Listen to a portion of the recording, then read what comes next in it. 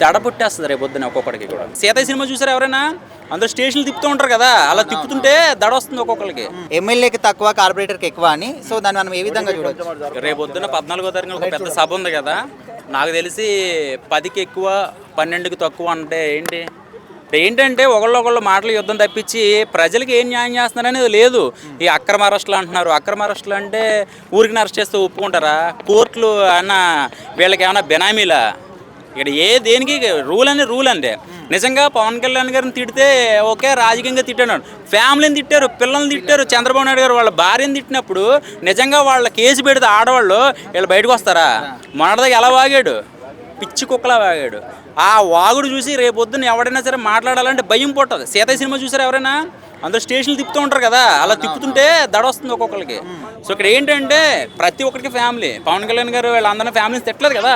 అసెంబ్లీలో కూడా ఎప్పుడూ కూడా అపోజిషన్ అంటే ప్రతిపక్ష పార్టీలో ఉన్న ఆడవాళ్ళని కూడా ఏదైనా అన్యాయం జరిగితే మేము సపోర్ట్ చేస్తున్నామని వాళ్ళు అంతలా మాట్లాడుతున్నారు.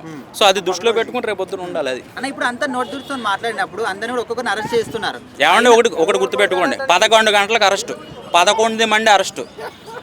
ఓకే, కుదిరితే 11 సంవత్సరాలు అరెస్టులు ఉంటాయి, 11 సంవత్సరాలు జైలు శిక్షలు ఉంటాయి. సో ఇది గుర్తుపెట్టుకోవాలి అంతే.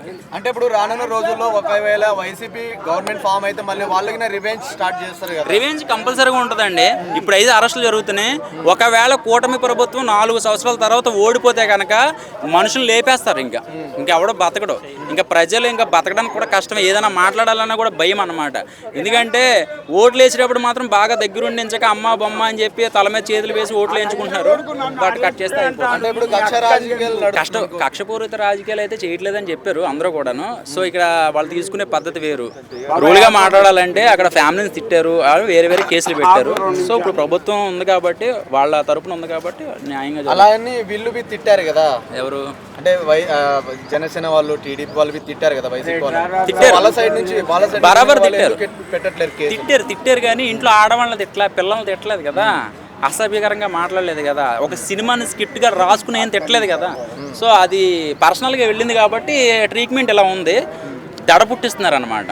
దడ పుట్టేస్తుంది రేపు పొద్దున ఒక్కొక్కడికి కూడా. రేపు 14వ తారీఖు జనసేన ఆవిర్భావ దినోత్సవం, మరి ఎలా ఉండబోతుంది సభ? ఎలాంటి బాగుంటుంది? వాళ్ళందరూ పిఠాపురంలో అందరూ కూడా కొంచెం హ్యాపీగా ఫీల్ అవుతారు. ఎందుకంటే వాళ్ళందరూ కూడా నమ్మి కూటమిని కానీ జనసేనని కానీ గెలిపించారు కాబట్టి.